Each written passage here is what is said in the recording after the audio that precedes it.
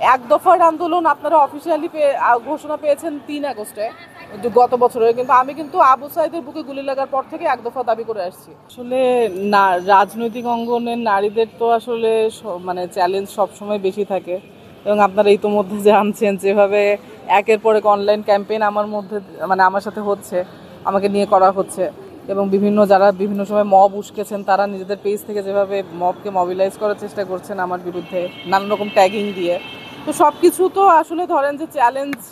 চ্যালেঞ্জটাকে তো আসলে বেশ মানে তীব্র করে তোলে, কিন্তু আমি আসলে কখনোই চ্যালেঞ্জ ভয় পাই নাই। আমি শেষ পর্যন্ত লড়ে যাবো ইনশাল্লাহ, এটা একটা ব্যাপার। আরেকটা ব্যাপার হচ্ছে, মাহফুজা আপা যখন নির্বাচিত হয়েছিলেন তখনকার চাইতে এখন নারীদের অংশগ্রহণ অনেক বেশি, অনেক নারী ছাত্রী এখনও মানে পড়াশোনা করেন বিশ্ববিদ্যালয়ে। তো আমার মনে হয় যে শুধুমাত্র মানে নারী বলে আলাদা কোনো বেনিফিট না, আমার মনে হয় যে নেতৃত্ব দানের যে যোগ্যতা, কাজের যে অভিজ্ঞতা, আমি অলরেডি একটা হলে নির্বাচিত ভিপি স্বতন্ত্রভাবে, এবং আমার যে দীর্ঘদিনের লড়াই সংগ্রামের হচ্ছে যে অভিজ্ঞতা আছে, ইতিহাস আছে, আমার মনে হয় যে যারা সম্মানিত ভোটার তারাই ব্যাপারটাকে হচ্ছে বিবেচনা করবেন, এবং আমি খুব দৃঢ়ভাবে বিশ্বাস করি যে আমার নেতৃত্ব দানের সেই সক্ষমতা আছে, যোগ্যতা আছে, এবং আমি আমার মানে যদি আমি নির্বাচিত হই আমি আমার কাজটা সুষ্ঠুভাবে পালন করতে পারবো। স্বতন্ত্র করতে পারতাম, কিন্তু শুরু থেকে আমার আসলে একটি প্যানেলের আসলে মানে প্যানেল একটা টিম দিয়েই ইলেকশন করার ইচ্ছা ছিল, এটা একটা পয়েন্ট। আরেকটা পয়েন্ট হচ্ছে, আমরা আসলে আমি ব্যক্তিগতভাবে দেখেছি যে যারা হচ্ছে ৭১কে ধারণ করে, যারা ৯০-এর অভ্যুত্থানে যারা অনুপ্রাণিত, এবং একই সাথে যারা ২৪-এর পরীক্ষিত যোদ্ধা, তারা হচ্ছে সবাই মিলে যদি একসাথে হওয়া যায়, এবং সেটা আসলে আমার মনে হয়েছে যে আমাদের যে প্যানেলটি হয়েছে একটু অন্তর্ভুক্তিমূলক প্যানেল, এখানে ১২ জন নারী আছেন, ৩ জন আদিবাসী আছেন, একজন ফিজিক্যালি চ্যালেঞ্জড আমাদের সহযোদ্ধা আছেন। তো আমার মনে হয় যে এই জায়গাটি থেকে আমার মনে হয় যে আমরা মানে মুক্তিযুদ্ধপন্থী এবং একই সাথে ২৪-এর আন্দোলনপন্থী একটি টিম আমরা রেডি করতে পেরেছি। আমি যদি ভুল না করে থাকি অনেক আগের কথা, আমার পুরোপুরি মনে নাই, তারপরেও হচ্ছে এটা হচ্ছে নির্বাচনের সম্ভবত ১ সপ্তাহের মধ্যেই টকশোটি হয়েছিল, এবং ওখানে আমি বলি নাই, আমার মতামত জানতে চাওয়া হয়েছিল যে তখন ছাত্রলীগের ডাকসু প্যানেল থেকে যখন আসলে বলছিল শেখ হাসিনাকে আজীবন সদস্য পদ দেওয়ার কারণে, আমি তখন হচ্ছে একটি মন্তব্য করেছিলাম। তো সেটা হচ্ছে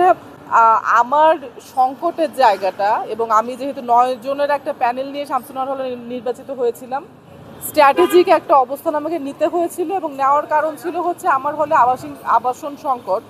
অনেক বেশি। অন্যান্য রোকেয়া হল, সুফিয়া কামাল হলে কিন্তু মাস্টার্সে মেয়েরা সিঙ্গেল বেড পায়, আমার হলে সেটা এখনও পান না মেয়েরা।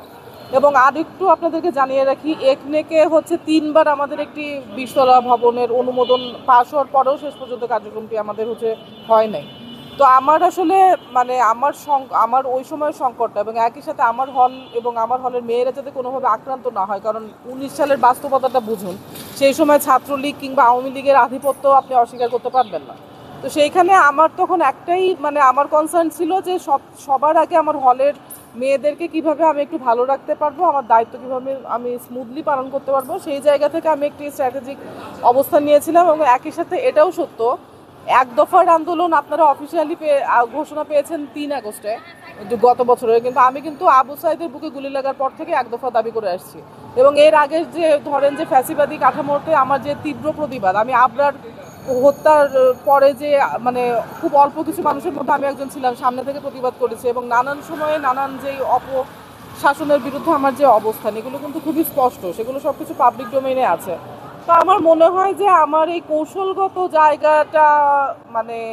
কে এত বেশি হাইলাইট না করে, এবং আমাদের পুরো প্যানেলের আসলে যে মূল আমাদের যে এজেন্ডা, সেটি থেকে আসলে মানে আমি বলবো যে দৃষ্টি সরানোর এটা আসলে খুব ভালো কোনো উপায় না।